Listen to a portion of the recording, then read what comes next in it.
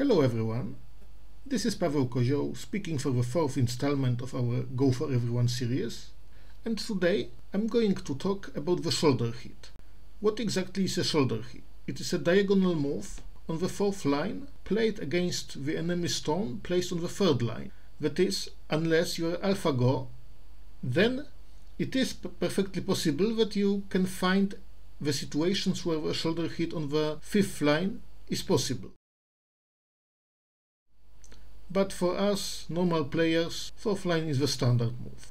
Now I feel that this subject blends together with at least two of our earlier movies. First of all, when I was talking about the extensions, I said that if you have a wall, then it's worthwhile to extend high, because shoulder hit is a good move to reduce your potential and you should guard against it. The second connection is a basic video about the basic instincts when I said that it is important to react to a shoulder hit. Today we're going to talk about this reaction. So you see a hypothetical position from a game when white may want to decide to reduce opponent's framework at once. Now what should black do? There are two basic moves, A or B, going up or playing on the third line. Furthermore, in some special situations, it's possible to play a move at C, which of course risks being cut.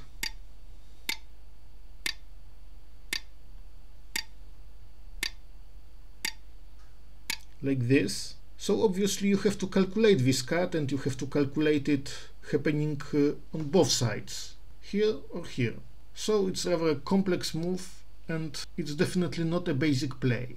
The fourth possibility is to react to a shoulder hit with a capping move. This is a risky idea which you may employ when you feel confident that you're a better fighter than your opponent, or when you feel that your opponent played too deep inside your framework, that you have too much support to play just simple moves.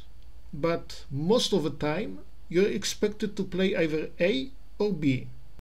B is definitely an easier move, but it feels a bit submissive, because you're not building a framework in order to crawl on the third line.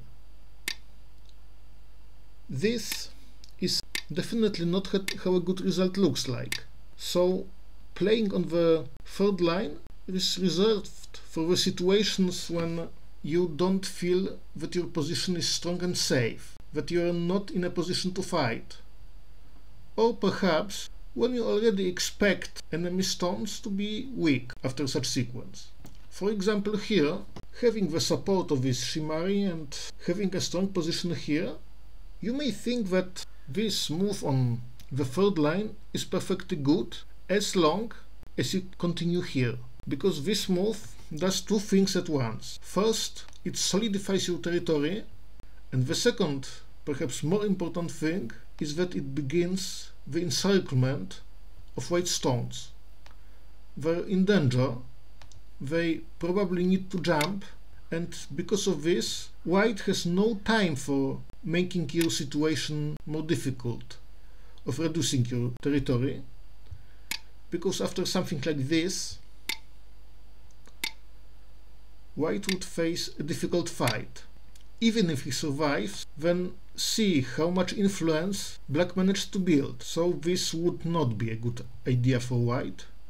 If you see a move like this, you should probably escape, one way or the other. This move is not the only possible reaction. Another way of playing this position is a jump, treating your stones light, because now you're not really afraid of this cut. You play here, this is the easiest way, or if you want to be fancy and to create light shape, you can play like here or here. But many times this basic move is enough. And what should black do now? I think that the best thing for black is just to connect, to build the territory, because taking this stone is just awful. You just make white stronger. Connecting here or here is a good idea. Another interesting possibility in this position is to play a clamp. you don't really expect white to connect. If he does, and if you connect too, then white stones feel a bit heavy. This white stick is not in a good position, and even if it tries to escape, you can still attack it one way or the other, depending on the surroundings. So after a clamp, white will probably play here, and after this move, he will be perfectly happy to give up this stone for building a better position like this. Now white's shape is okay, black is also strong. So we have seen this possibility, wedging between two white stones and a clamp. Of course, the easy move like this is also okay. White is expected to protect one way or the other, perhaps building some light shape and abandoning this stone once again. See, you have already seen this position. So these are basic responses to this situation. What about playing upwards? This is much more aggressive move because it already threatens to encircle white stone, to engulf it in your sphere of influence, and white has to do something about it. There are basically two possibilities. White can play some kind of a solid move, or white can jump. If he plays solidly, then black has several options. The easiest one is playing here, which deprives white stones of a base and which tries to connect to this Shimari. It gains also a couple of points.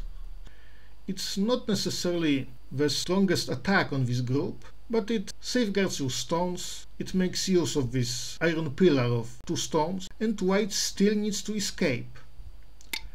And if he does, you can either fix your shape on this side of the board, here or here, or you can just follow this group. Of course, this attacking move can be played even without this slide, and white is still expected to find some way to escape or to make his stone stronger. If you had extended here in this position, this would be a perfect umbrella, a roof above your basic foundations. But even in this case, you're creating some influence which can be then used to invade here. So don't underestimate this schema. But you should remember that such a move requires some kind of support here, like this Shimari. So in this position we have analyzed this slide and this move. Another logical possibility is pushing once more, after which white will probably go back and you can play this slide again. You see that I have not shown this move, which is a mistake, because it just forces white to continue in a way which is rather good for him.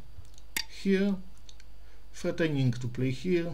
If black resists, white can just build a light shape and escape. Now, what if white makes this jump? We can play this move, expecting white to connect and revert to this kind of situation, or perhaps, if the situation is good for it, to build this kind of shape. But it's not obligatory for white to connect. He may try to build some kind of light shape like this, in which case it's not a good idea to go after this stone. It only makes white's position better. Instead, there is this funny move, this jump. It looks a bit loose, but it cannot really be cut, because white has this shortage of liberties and he would end up in Atari.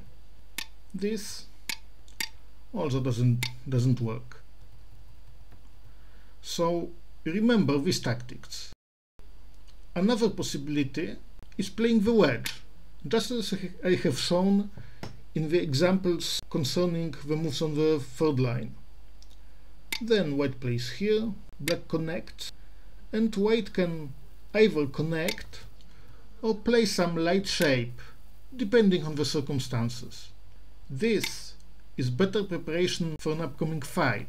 If you see some possibilities of invading, of playing some difficult attachment, then this is the move you should choose. If your only goal is to escape, then this light move is much more flexible. Or perhaps you can jump here or here. Everything depends on the exact position. But oftentimes this connection is good enough because you see you are already pretty high. The chances that the opponent is surrounding you are not that big. Now again, black can play this, and this is as good as connected. There is no sequence that separates these stones, so this is perfectly safe, and this is an important tesuji you should learn. Now, what else is possible now?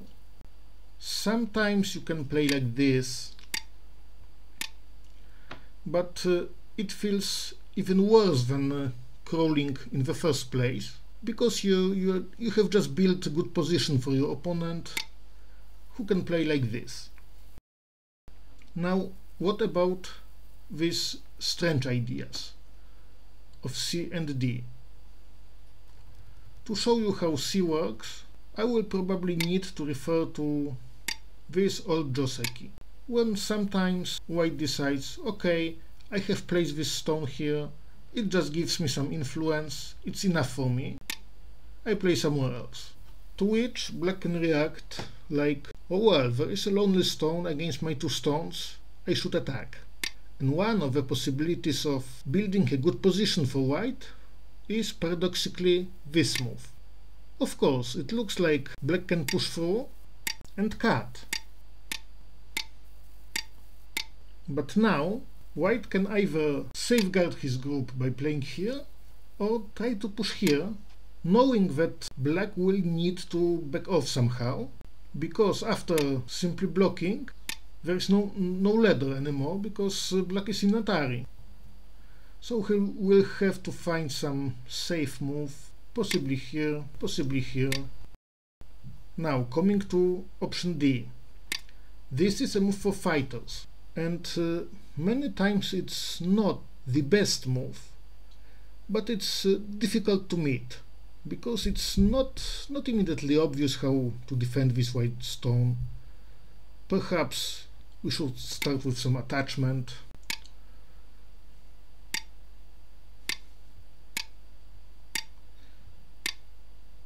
And this way white can escape. There are really no josekis, no set positions for this move. But most of the time you see something like this, it may be a slight overplay. Besides that, if you play something normal, you don't resign from attacking. You just put it off a little bit, simultaneously strengthening your stones and waiting to see opponent's reaction.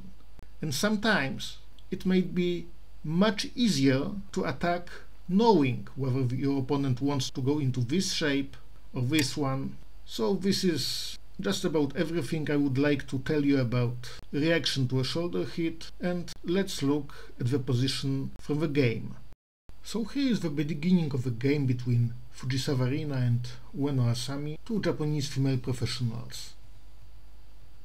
Here black wants to develop quickly, not finishing the joseki in this corner. And he asks for more, playing here, rather than just simply completing his shape. White resists in a strange way. This is an unusual move. Black safeguards, and white takes time to attack these stones. They of course escape. White tries to build something inside what looked like black's sphere of influence, and they kind of succeed, at the cost of leaving this group a bit vulnerable. And now you see a shoulder hit, not a reducing move, but an attack, and how to reply. Going up doesn't look too good. Black will probably play a forcing move here, and then perhaps this will work.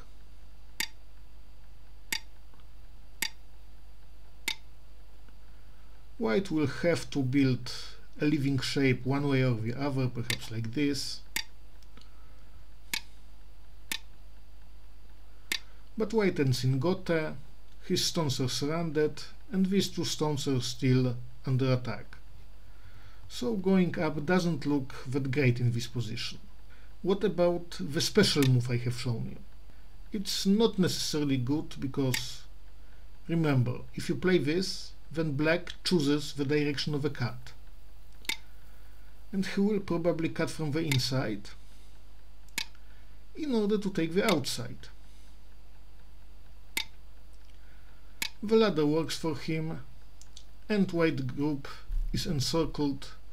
It does not influence any other part of the board. So this is still a good result for black. Because of that, white played just this simple move. And after this sequence, he's out, still can make his position on the bottom of the board a bit stronger. But of course, after the attack on this group, he has no time for it. Sorry, she has no time for it. Fast forward to move 64. White has a weak group which is under attack, and the natural instinct would be to find some way of escaping with this. Perhaps with a simple move like this, perhaps with some more complicated sequence. But it feels that if white does this, then black can just safeguard her territory on the right side of the board, and this result would not be sufficient for white. That's why white goes for a shoulder hit. And now, we know about three basic possibilities, A, B or C. Which one will work here?